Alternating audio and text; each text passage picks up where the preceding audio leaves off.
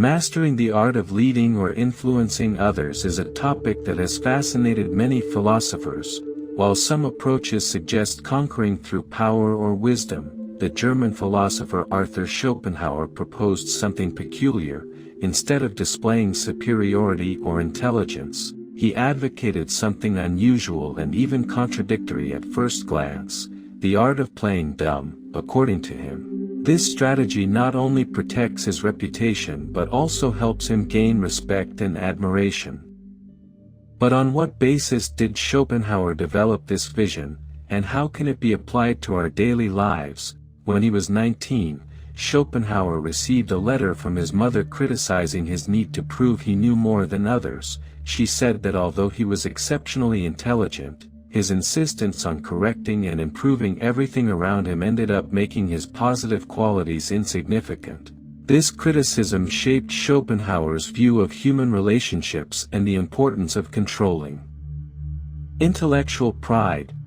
Schopenhauer believed that intelligence, when used to dominate or correct others, could generate envy and resentment. He argued that the secret to avoiding these conflicts would be to maintain a seemingly modest manner. As the same fool does, it is often the last resort to preserve human relations. One of the most effective strategies for winning is the art of not revealing all your strengths. Schopenhauer pointed out that by appearing slightly inferior, you prepare the ground to surprise your opponents at the right moment. This idea echoes Sun Tzu's famous saying in The Art of War: all warfare is based on deception. When we are ready to attack, we must appear incapable. In everyday life, this can be observed in meetings, debates, or even sports competitions. Those who speak little and observe more often shine at the opportune moment, leaving a lasting impression.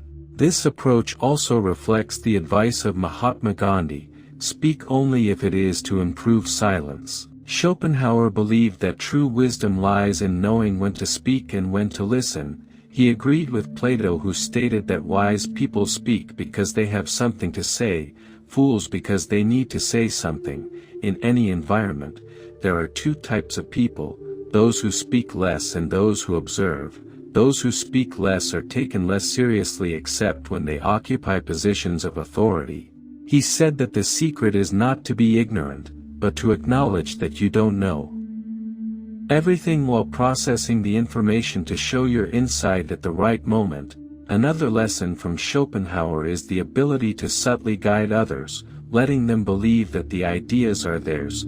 He saw this approach as an act of respect and compassion. In his words, it is wiser to appear ignorant to preserve the dignity of others.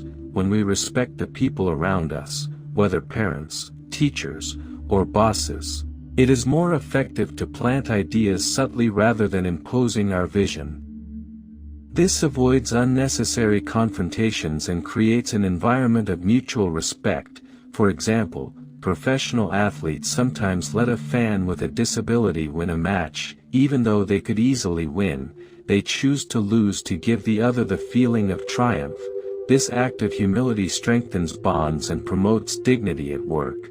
This approach is also essential instead of constantly correcting your boss or colleagues. Schopenhauer recommended playing dumb to preserve harmony in the professional environment. As he said, playing dumb is the last resort to cover up other people's defects. We all like to be recognized, but Schopenhauer warned that before achieving success, it's best to keep a low profile. He saw the desire to flaunt achievements as a sign of insecurity and emphasized that true admiration comes when you achieve something without making a fuss. This idea was also explored by Socrates, who said, "I only know that I know nothing." Socrates used a technique called Socratic irony, feigning ignorance to lead others to reflect deeply.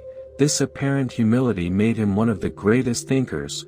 Finally, Schopenhauer emphasized that arrogance is rarely admired. He believed that by downplaying your own achievements, you become more respectable. This stance reflects the thinking of Frank Lucas: the loudest in the room is the weakest. By adopting humility and acting with respect, you position yourself as someone admirable, achieving more than victories. you win hearts. Schopenhauer's message is clear: by playing the fool, you can turn apparent weaknesses into strengths, avoid unnecessary confrontations, and gain the true respect of those around you. As Lao Tzu said, the wise man wears simple clothes but keeps a treasure in his heart. The art of playing the fool requires patience, self-control, and the ability to see beyond the obvious. It doesn't mean renouncing authenticity or hiding who you really are, but rather acting with emotional intelligence. By mastering the art of appearing modest, you not only avoid unnecessary friction, but also position yourself as someone worthy of respect and admiration, so the next time you're in a situation where your instinct leads you to impose yourself or prove you're right, try doing it. Listen more, speak less, and let your actions speak for themselves. After all, as Schopenhauer showed us, true power lies in humility.